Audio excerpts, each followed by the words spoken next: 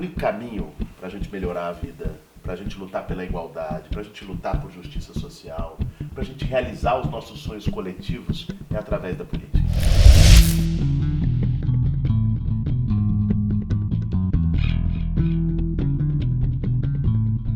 Olá pessoal, de volta com mais um Coletivo em Diálogo, recebendo hoje a companheira Jo Cavalcante, deputada estadual em Pernambuco pelas Juntas, e o companheiro Guilherme Boulos, liderança do Movimento dos Trabalhadores Sem Teto, liderança do PSOL, ex-candidato à presidência da República, e nós temos a alegria de bater um papo com esses companheiros combativos, tão necessários para essa luta atual em defesa da democracia. Portanto, muito obrigado pela presença de vocês, e eu vou iniciar falando de política. Por que a política, Boulos, Jo, é tão necessária nesses tempos de violência, de fascismo, de tanta exclusão social que nós temos no nosso país? Então, esse momento que a descrença da política é tão grande, né? Por isso que a gente hoje tem esse presidente que foi eleito por causa da descrença da política. É importante a gente reafirmar e dizer que a política tem importância sim, e é por isso que a gente tem que ocupar esse espaço. A gente vê que a gente faz política quando a gente sai de casa, quando a gente pega um ônibus, quando a gente chega no centro da cidade, a gente faz política quando a gente vai para a escola, né? A gente faz política em todo momento da nossa vida. Então, por isso que é importante a gente estar reafirmando nossos espaços dentro da política, dentro do sindicato, dentro dos movimentos, e afirmando que a gente tem que estar ocupando esse espaço, tanto dentro dos movimentos, mas também tem que estar ocupando também dentro da instituição, né? Porque é lá que tem a caneta é para fazer as leis. Então, por isso que é importante a gente estar participando dentro do espaço político. Boulos. Bom, meu irmão, primeiro te agradecer aqui o convite, satisfação estar contigo, te parabenizar pelo trabalho que tem feito em Petrolina, estar contigo, estar com a Jo, que também tem feito algo extraordinário junto com as juntas, na presidência agora da Comissão de Direitos Humanos da ALEP. Não tem mudança fora da política. O único caminho para a gente melhorar a vida, para a gente lutar pela igualdade, para a gente lutar por justiça social, para a gente realizar os nossos sonhos coletivos é através da política. Se vendeu uma ilusão de que poderia vir um salvador da pátria, de fora, que resolveria os problemas do povo num passe de mágica. Olha o que está dando.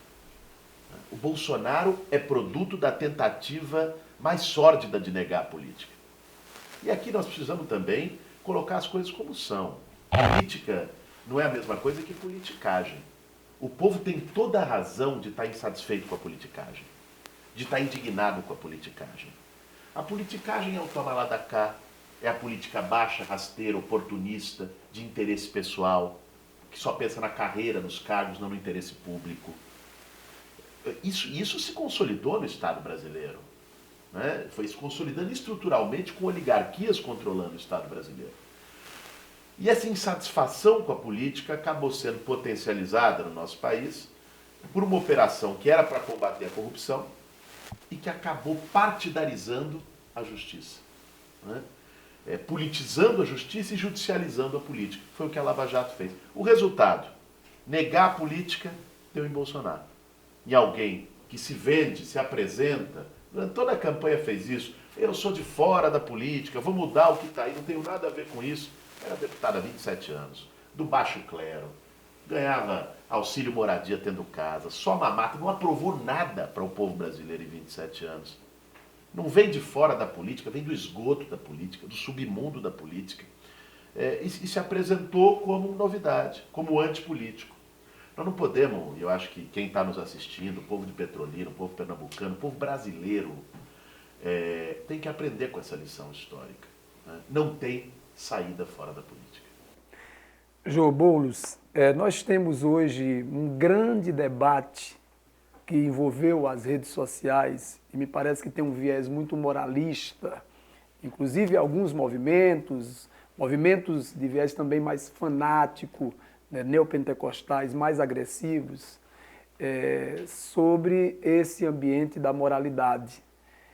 A política deve ser o ambiente da moralidade ou das grandes questões concretas do nosso povo, a exemplo da moradia, da terra, a exemplo do transporte, do saneamento, porque muitas vezes parece que esse moralismo vai desviando as pessoas para um outro rumo que não as questões concretas. Como é que vocês avaliam a importância desse debate? Olha, eu acho que a pior coisa que tem, Gilmar, é moralista sem moral. Foi o que a gente mais viu no Brasil no último período. Gente que fazia discursos em nome de Deus, em nome da pátria, em nome dos altos valores morais, né? E praticava as coisas mais baixas, mais rasteiras. Né? Desde lá de trás, no tempo de Getúlio Vargas, surgiu uma corrente política nesse país que se baseava no moralismo. Era a UDN, União Democrática Nacional. O que a UDN fazia? Transformava o grande debate político, o grande tema no Brasil, me desculpe, se chama desigualdade. É um muro, é um abismo que separa uma minoria que tem tudo de uma maioria que não tem nada ou tem muito pouco. Né? E como uma parte dos políticos nesse país, a maior parte, historicamente, dos políticos nesse país não querem enfrentar a desigualdade, ficam encontrando, e o caso da UDN, com toda uma pauta moralista. Foi usada para praticar golpes, foi usada para apoiar o golpe militar de 64. Nós temos que ter muito cuidado. Agora, existem pautas que às vezes entram nessa caixinha das questões morais que eu acho que são importantes para a política brasileira. Vou dar alguns exemplos de algumas que inclusive se prestaram a fake news nas últimas eleições. A pauta LGBT é uma pauta que nós temos que trazer para o debate político. Sabe por quê? Não porque o Estado tenha que se envolver na forma como as pessoas se amam. Pelo contrário, as pessoas têm a liberdade de se amar como quiserem. A orientação sexual das pessoas dependem delas, não do Estado, não da igreja, não de quem quer que seja. Agora, o Brasil é o país que mais mata LGBTs no mundo. Esse é um problema público. Você tem uma violência contra uma determinada parcela da sociedade pela sua orientação sexual. Isso tem que ser trabalhado. Isso não pode ser silenciado na sociedade brasileira. Recentemente, um livro de temática LGBT, um quadrinho, foi alvo de censura na Bienal do Rio de Janeiro. Né? Então, esses temas precisam ser colocados à tona. O tema dos direitos das mulheres, que às vezes entra também numa ideia de que isso é questão privada, em briga de marido e mulher ninguém mete a colher. Opa, pera lá. O Brasil é o 5º país do mundo em violência contra a mulher. Né? Esse é um tema público. É preciso combater o machismo estrutural. As mulheres recebem em média 65% do salário dos homens. Esse é um tema público. Né? Tem que se ter políticas para combater a desigualdade salarial. Durante a campanha do ano passado, nós defendemos a lista suja do machismo, que o Estado pode fazer. Né? Que é um projeto em que empresa que pagar menos para a mulher do que para o homem na mesma função, não pode pegar crédito em banco público, não pode fazer contrato com o poder público, né? E vai para uma lista, né, onde vai ser divulgado, seu nome vai ser escancarado. Né? Então, essas questões não estão numa pauta moral. Né? E eu acho que elas têm que ser trazidas para a sociedade brasileira. O que aconteceu no último período? Né? Houve um moralismo excessivo querendo regrar tudo, regrar a vida das pessoas, a vida familiar, o que é família, o que não é, o que é permitido, família de não é bem, na vida sexual, o que é cidadão de bem, o que... Isso foi sufocante na sociedade brasileira e eu concordo contigo nesse sentido. Se tentou se impor uma questão comportamental sobre um grande debate nacional que é direitos, é desigualdade, é democracia. Guilherme, tua relação, né, mais profunda, né, nos movimentos sociais é relacionada à luta pela moradia, né? E gostaria muito que você situasse, e aí Jô também pode estar compartilhando, né, dentro do cenário atual, né, qual é a importância da continuidade dessa luta. Nós estamos aqui numa periferia de Petrolina, o bairro José e Maria, nos anos 80, foi uma ocupação importantíssima, histórica, né? Pessoas aqui próximo moravam no lixão, no antigo lixão, né?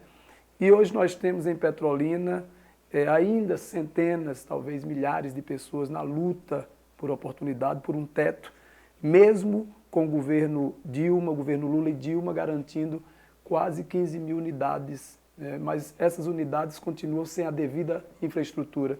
Qual a importância dessa luta, da continuidade dessa luta? É a dignidade, né? Você vê hoje que eu passei 7 anos morando na beira da maré, entendeu? Então, assim, dá para ver de perto como é a situação de quem mora num barraco, né? Um barraco de tauba, ou então quando a política pública não chega nesses locais, né? E você ter uma moradia, você está ser digno, né? Porque assim, além do trabalho, que é importante, se você não tiver uma casa para morar, você praticamente não é nada. Você ter que trabalhar para pagar um aluguel, que geralmente o aluguel hoje aqui no estado mesmo, o mais barato é de R$ 350, né? O mais barato. E muitas vezes as famílias são colocadas em auxílio aluguel, que no estado, eu não sei, não posso te informar quanto é que custa esse auxílio aluguel, mas no município custa R$ 200. Então, qual a dignidade dessa família ter que trabalhar para pagar um aluguel que muitas vezes não supre a necessidade de todos? Então, a importância da moradia para as famílias é a questão da dignidade, de ter onde botar sua cabeça e ter onde dormir. Você vê que hoje a população aumentou, de rua aumentou muito. E onde você vai, onde você vê, tem gente morando embaixo da ponte, tem gente morando na rua, porque a política de habitação hoje no Brasil não está sendo mais investida, né?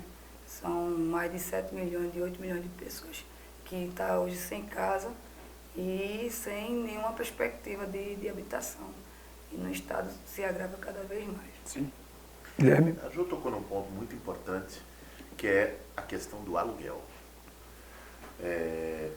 As pessoas têm um preconceito que é uma coisa inacreditável num país como o nosso, com quem faz a luta por moradia. Você falou, aqui é um bairro que foi uma ocupação lá atrás. A maioria dos bairros das periferias do nosso país foram ocupações no passado. Em qualquer capital, em qualquer cidade grande, em qualquer cidade média, essa é a realidade. Só que hoje você fala de uma ocupação, quando o MTST faz uma ocupação, aqui ou em qualquer parte, vem logo aqueles falando nas redes sociais, é vagabundo, invasor, quer tomar o que é dos outros, né? Quer tomar na mão grande, quer a vida fácil, não quer trabalhar. Eu trabalhei para ter o meu, por que ele não pode trabalhar? E as pessoas não têm o mínimo de empatia, o mínimo de capacidade de se colocar no lugar das outras, para perceber que ninguém ocupa porque quer. A ocupação foi o resultado histórico de falta de alternativas e de negação de direitos para milhões de pessoas. As pessoas não ocupam porque estão com vontade, até porque é dureza a vida numa ocupação. Debaixo de lona preta, com um chão de terra batida, tendo que carregar água, sem energia elétrica, né? Então, até consolidar é uma situação muito dura. As pessoas ocupam por falta de alternativas. Porque todo final do mês, essa é a realidade de milhões de brasileiros, todo fim do mês tem que escolher entre pagar aluguel e botar comida na mesa. Hoje, mais da metade do déficit habitacional, que está chegando a 8 milhões de famílias, mais de 30 milhões de pessoas no Brasil, é composto de pessoas que não estão conseguindo mais pagar aluguel. Por quê? Desemprego estourando, renda baixa, trabalho precário, bico, é assim que trabalha o povo brasileiro, né? E ao mesmo tempo o aluguel lá em cima. Chega no final do mês e não fecha a conta. E olha que coisa, é justamente numa crise como essa que a gente mais precisa do Estado, mais precisa de política pública de habitação. E é justamente nesse momento que o Estado brasileiro está se omitindo, liquidando as políticas públicas de moradia. Minha Casa Minha Vida, esse ano de 2019, não construiu uma única casa na faixa 1 do programa, que é para os mais pobres. Hoje, anunciou uma mudança na faixa 1 para limitar ainda mais a possibilidade de atendimento das famílias que têm baixa renda no país. Então, é uma covardia, é uma crueldade, e o resultado disso não é outro a não ser mais ocupações. Porque veja, se as pessoas não conseguem pagar aluguel, estão sendo despejadas, estão sem condição de moradia, ficaram desempregadas, e o Estado não oferece uma alternativa de política pública, o que vai restar para milhões de brasileiros e brasileiras, senão ocupar para poder sobreviver. Sim. Gente, concluindo então nosso bate-papo, a gente poderia prolongar um pouco mais, mas o tempo, né, urge. Eu gostaria muito que vocês situassem qual é a grande tarefa hoje das esquerdas, dos movimentos sociais, né, diante desse cenário de tanta violência, né, do fascismo, do governo Bolsonaro, que desencanta, né, que leva milhões até a situação de desespero, porque nós temos aí 20 milhões em situação de desemprego, né, e diversas outras situações. A gente comentava, nós estamos dentro de um ambiente de um governo que promove o suicídio, porque as pessoas se desencantam. Qual é a grande tarefa das esquerdas, dos movimentos sociais, e qual a importância da luta pela liberdade do presidente Lula? Então, eu acho que o grande desafio que a gente tem hoje é chegar nas comunidades, né, e trazer de volta essas pessoas que de alguma forma se desacreditaram e colocaram hoje Bolsonaro onde é que ele está, entendeu? E reverter e trazer essas pessoas para a gente, não fechar as portas, né? Porque às vezes as pessoas querem se aproximar, mas muitas vezes a gente não deixa, porque você votou, você é o culpado e por isso que o país está assim, ao invés de você sentar e conversar e de trazer essa pessoa para perto. Então acho que é esse trabalho de formiguinha, né? A gente ir para as comunidades, conversar com as pessoas e de alguma forma trazer essa consciência de volta, né? Da luta, de estar querendo essa justiça social que a gente tanto grita, né? Que a gente de alguma forma lá atrás a gente conseguiu e hoje a gente está perdendo, todo dia a gente se acorda e não sabe qual é o próximo passo desse presidente, que só quer de alguma forma prejudicar a população. Guilherme? A Jo falou disso que é tão importante para a esquerda recuperar, que é o trabalho de base. Que eu acho que é também um enraizamento. É a gente ter mais e mais representações populares com o pé no barro, né, construindo um mandato como o teu aqui em Petrolina, combativo, um mandato como o das juntas da Jo, né, que é ambulante, sem teto, mulher, negra, mãe, né, nos representando numa comissão de direitos humanos, presidindo uma comissão de direitos humanos. Né. Essa raiz, essa conexão da esquerda com a base, com o nosso povo, com a periferia, nós perdemos muito. Nós temos que ter a humildade de reconhecer isso e de fazer um processo de reconectar. Mas eu acho que nós temos dois outros desafios importantes. Unidade. Né? O Brasil está sofrendo um ataque democrático, tem um risco à democracia. Você citou a prisão do Lula. É talvez um dos principais sintomas da crise democrática que a gente vive.